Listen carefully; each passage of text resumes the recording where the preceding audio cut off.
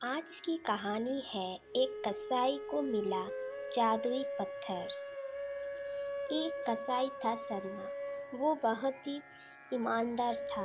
वो भगवान के नाम कीर्तन में मस्त रहता था। यहाँ तक कि मांस को काटते बेचते हुए भी वो भगवान नाम गुनगुना रहता था। एक दिन वो अपनी ही धुन में कहीं जा रहा था कि उसके पैर से कोई पत्थर टकराया। वो रुक गया। उसने देखा एक काले रंग के गोल पत्थर से उसका पैर टकरा गया है। उसने वो पत्थर उठा लिया और जेब में रख लिया, ये सोचकर कि ये मांस तोड़ने के काम आएगा। वापस आकर उसने वो पत्थर मांस के वजन को तोलने के काम में लगाया। कुछ ही दिनों में उसने समझ लिया कि ये पत्थर कोई साधारण नहीं है। जितना वजन उसको तोलना होता है, पत्थर उसने वजन की ही हो जाता है। धीरे धीरे ये बात फैलने लगी कि सदना कसाई के पास वजन करने वाला पत्थर है। वो जितना चाहता है पत्थर उतना ही तोल देता है। किसी को 1 किलो मांस देना होता तो तराजू में उस पत्थर को एक तरफ डालने पर दूसरी ओर 1 किलो का मांस ही तुलता। अगर किसी को 2 किलो चाहिए तो वो पत्थर 2 किलो के भार जितना भारी हो जाता। इस चमत्कार के कारण उसके यहाँ लोगों की भीड़ जुटने लगी। भीड़ जुटने के साथ ही सदना की दुकान की बिक्री बढ़ गई। बात एक शुद्ध ब्राह्मण तक भी पहुंची।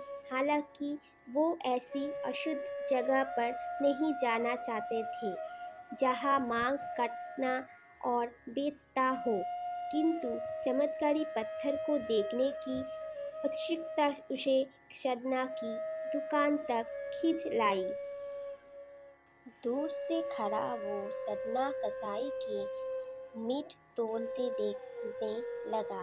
उसने देखा कि कैसे वो पत्थर हर प्रकार के वजन को बराबर तोल रहा था। ध्यान से देखने पर उसके शरीर के रोए खड़े हो गए। भीड़ के हटने के बाद ब्राह्मण सन्ना कसाई के पास गया। ब्राह्मण को अपनी दुकान में आया देखकर सन्ना कसाई प्रसन्न भी हुआ और आश्चर्यचकित भी। बड़ी नम्रता से सन्ना ने ब्राह्मण को बैठने के लिए स्थान दिया और पूछा कि वो उनकी क्या सेवा कर सकता है। ब्राह्मण बोला, तुम्हारे इस चमत्कारी पत्थर को देखने के लिए ही मैं तुम्हारी दुकान पर आया हूँ, या कहो कि ये चमत्कारी पत्थर ही मुझे खींचकर तुम्हारी दुकान पर ले आया है।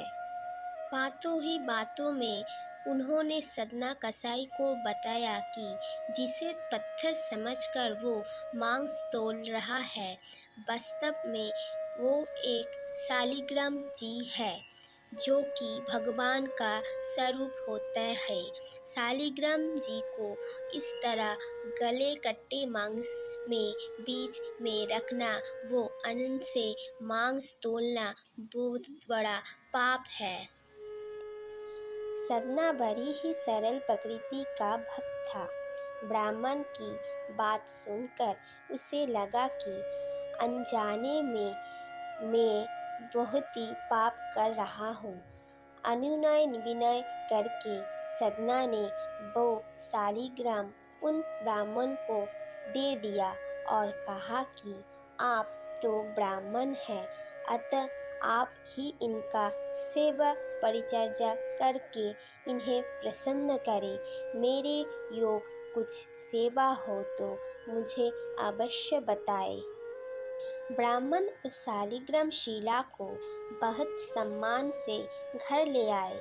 घर आकर उन्होंने शालिग्राम को स्नान करवाया, पंचामृत से अभिषेक किया, वो पूजा अर्चना आरंभ कर दी। कुछ दिन ही बीते थे कि उन ब्राह्मण के स्वप्न में श्री शालिग्राम जी आए। वो कहा, हे ब्राह्मण, मैं तुम्हारी सेवाओं से प्रसन्न हूँ, किंतु तुम मुझे उसी कसाई के पास छोड़ आओ।